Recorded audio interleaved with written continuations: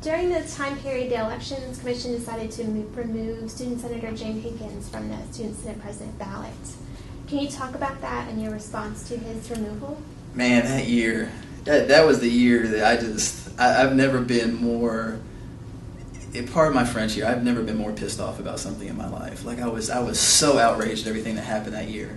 Okay, so the February before filing, the administration adopted this, the PRR on student leadership, whatever they decided to call it. Essentially said you have to have at least a 2.5 per semester, at least a 2.5 cumulatively, and if you have any prior history with student conduct, you can't run for anything. It was an utterly absurd regulation, because we're like, if the students want to vote for someone who can't pass their classes or has a criminal record, that's their right. I don't think it's a good idea, but the whole notion of saying we're adults, we can vote for people we choose. You expect us to vote for senators and representatives and congressmen. You can vote for a student government official. We just thought it was outrageous. So James and I were really good friends. We had a guy, Dave Fox, who was my roommate at the time. He was good friends with us. We kind of had like this clique of folks. There was like 5 of us, and we really just went as far as we could trying to delay this regulation or get it eliminated or whatever, because you could tell the way it was drafted, it was designed to target certain people. Because anytime you look at a statute, most statutes that are rationally written are very orderly. There's a piece, there's a subsection, there's maybe a subsection to the subsection, that's it. This regulation, there's like a section, a subsection, a subsection, a subsection, an exception to this, an exception to that. I mean, you can just tell the way that it was designed. There were certain people being targeted, and they wanted to provide adequate ways to get around it so that the people they weren't targeting could still participate. You had a guy named Tracy Hutcherson, who was a part-time student, military veteran, was very aggressive in his questioning. They didn't want him in student government. You had a guy named Scott Stevenson, again, a guy he was a really nice guy, but he just didn't take SG seriously, so he would make random comments. They didn't want him in student government. You had James, who had already served 3 years. The issue that they were talking about with him had already been dealt with his freshman year, and they had allowed him to serve since. He was planning on running for Senate President. They didn't want him in student government. So we spent all this time attacking this regulation, and it ends up getting passed over our heads anyway. James files for office end of February, and before that, he and I teamed up, said, look, he comes to me, he goes, there's a chance I might be removed. We need to figure out what a backup plan is. So we wrote a regulation in the student government statute saying that if the administration removes somebody, as opposed to the Elections Commission, if the administration removes someone, filing automatically reopens for 24 hours. Because James and I told him, I said, look, if that happens, we'll reopen filing and I'll run. Because when he had ran the previous year against Zach Adams and lost, and I told him, I said, look, I thought, I like Zach. I thought you were the better candidate. If you want to run again, I will wholeheartedly back your campaign. So that was that was what we had planned on. He was going to run for Senate President again. I was going to run to be a senator because I was unopposed to my seat. Then figured, okay, I'll get myself elected pro tem. We'll fix the appropriations process and go from there. So he files for office. They talk about removing him from the ballot, but the whole process gets so delayed for whatever reason. I don't even remember. It was just we kept getting excuses as to why they wouldn't make a decision. So you've got elections taking place on, I think it was the 24th and 25th of March, Monday and Tuesday. They don't actually remove him from the ballot until the Thursday night before. So he's removed from the ballot Thursday night. It's too late to be covered in the Technician on Friday. There's no paper Saturday and Sunday. The first time the students find out anything that the ballot has changed is Monday morning when they're voting. Ballots open at midnight. So I was so angry about what was going on. I said, at this point, it's not even about whether or not I'm going to run to file in your place. I ended up writing like an 8-page resolution. We called it the FIRE Act. It was like free and impartial, respectable elections. I can't remember what we titled it, but I thought FIRE was a cute acronym. And I wrote it, I submitted it, I sent it to the Senate, and essentially what it said was, we're invalidating what the Elections Commission did. We're demanding the Elections Commission reverse their decision. If they don't reverse their decision, they're automatically dismissed from their post. That was the gist of it. And I went to Zach, the Senate President, and I said, dude, we've got to have a special meeting to have this done so we can have this ready for the elections. And he said, Greg, I'm not calling a meeting. This is outrageous. You're going to lose. And that just really, that ticked me off even more. Like, this is what the core of student government is about, is self-representation. And you're telling me you're not even going to have a meeting? We're not even going to talk about it? So I went through the statutes, and there's a section in how the Senate operates that says if you can get half of the senators to agree to it and sign on a petition, you can call your own meeting. So I actually printed out the petition form, signed it myself, had James sign it, have everyone else I knew sign it, and I started driving around the city of Raleigh. Like, I drove as late as like 3 o'clock in the morning, going to different senators' houses, explaining to them what was going on, and saying, hey, please sign the petition. And we ended up getting a majority of Senate to show up for this meeting. They signed the petition, meeting was called, they get there, they show up. And we have like this long, impassioned debate about what is going on, and I'm so, perturbed at everything that my normally, I'm not going to say I'm tactful, but I'm definitely more careful in what I say in debate than I was that night. Like, I was really just, I was, you could tell I was upset. And we go through, and we're talking, and they have a vote on the resolution. And the way the resolution was written, it only needed a majority. Under the rules, it only needed a majority. But the president said, this requires 2/3. I said, no, it doesn't. It's only a majority. I moved to appeal his decision, because that's under Robert's rules. You can move to appeal the decision of the chair. That only requires a majority. He goes, I know what you're going to do. I rule that out of order. So it didn't even come up for a vote. And I was done at that point. I literally got up, stormed out of Senate Hall, and didn't come back. I was like, this is asinine. This is utterly, utterly stupid. So we had that meeting. Gosh, it would have been, I want to say I think it was that Saturday night. So election's about to start Monday. And what had happened was, in the interim, before we had this whole meeting to invalidate everything, books reopened on Friday. I filed to run, and Sarah Yassine, who I think was Student Senator's president at the time, she was also in the Senate, phenomenally popular person, far more popular than I was. I went to her, I said, look, I want James on the ballot. I don't know if that's going to happen. If it doesn't, this dude, John Chichwalk, is about to win hands down, because he's got poster boards everywhere. I'm like, sandwich boards, posters, Facebook group, the whole shebang. He's going to win it, hands down. We need to at least split the vote so there's a runoff so we can spend the week talking about what's going on. So she agrees to file with me. We both go file Friday morning. The technician runs a story on Monday where, I guess the plan was that if we won, we would appoint James as a senator and then make him pro tem and then resign so he could get in office. That was the whole thought process. But then after everything kind of flamed out with the Senate meeting on Saturday, we just kind of realized that wasn't going to happen. So essentially, we went through the campaign on Monday and Tuesday as best we could. Results come out Tuesday night.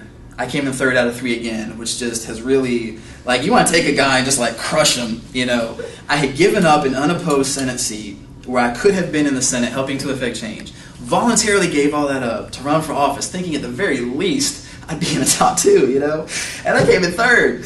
So I was just, when the elections were there, I just kind of, I was holding my head like this, and then they announced the Chief Justice race, and Locke Whiteside won. So the technician has this horrible, horrible picture. I'm giving him a bear hug, because I was at least happy for him, But I was I went home that night, and I was just, I was emotional. It sucked. Here I am.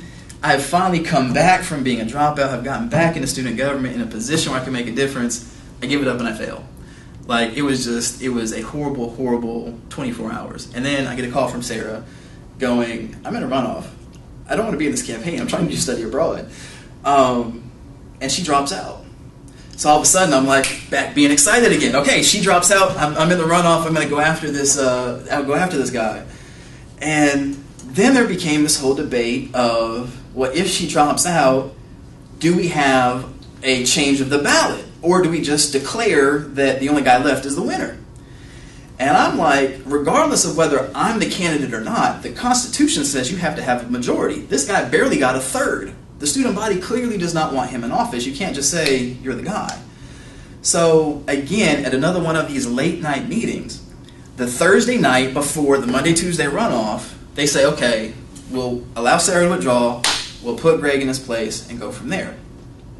So that was the procedural side of it. That same Thursday, get on the Wolf Web, and everyone's following this whole SG drama and everything else.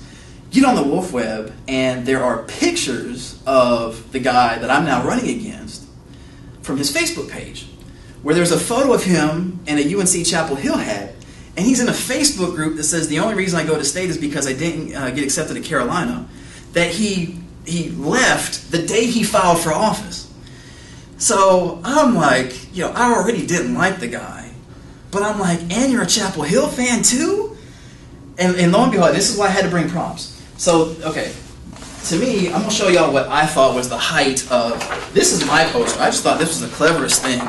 You know, this is what I had. I'm like, oh, I've got a wolf that looks like Uncle Sam. I'm awesome. You know, I don't know if any of y'all have ever met Mark McLaughlin, who used to work for The Technician.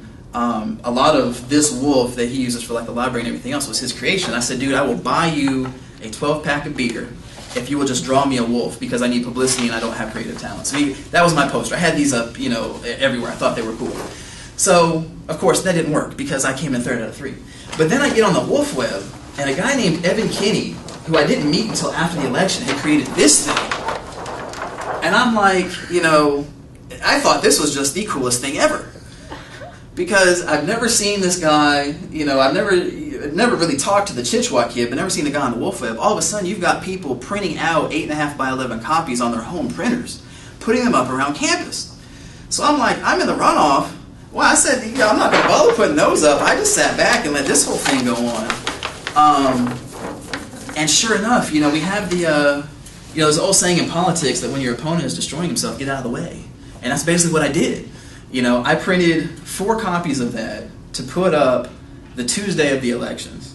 That was it. No more of those, no handbills, no nothing, just 4 of those.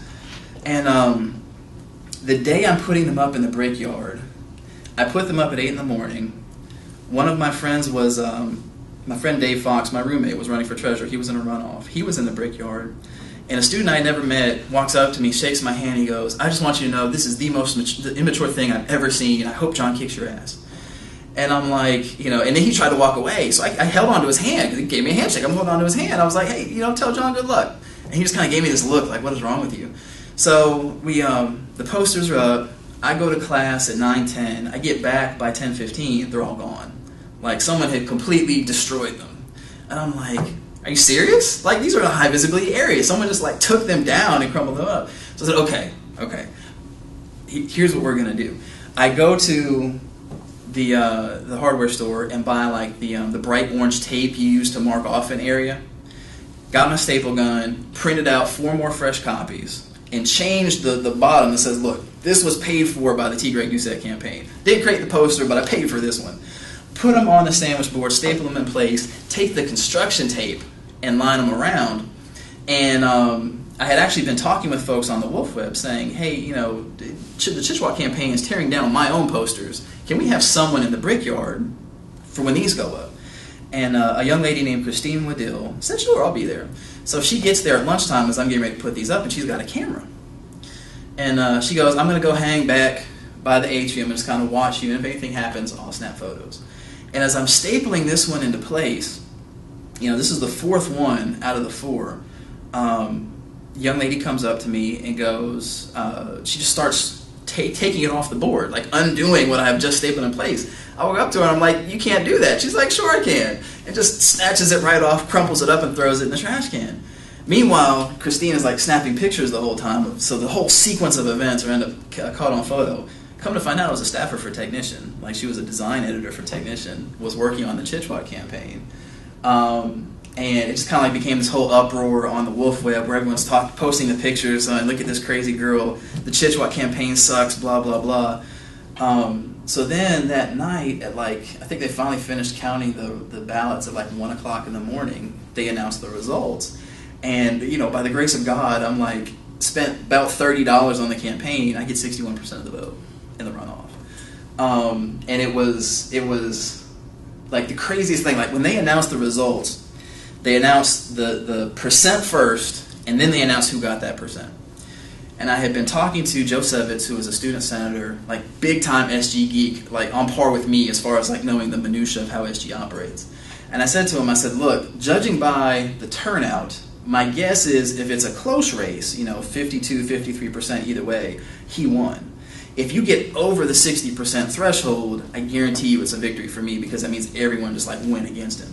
So they go, Student Senate President, 61%. I'm like on the edge of my seat like this, like holding on to the table. My knuckles are white.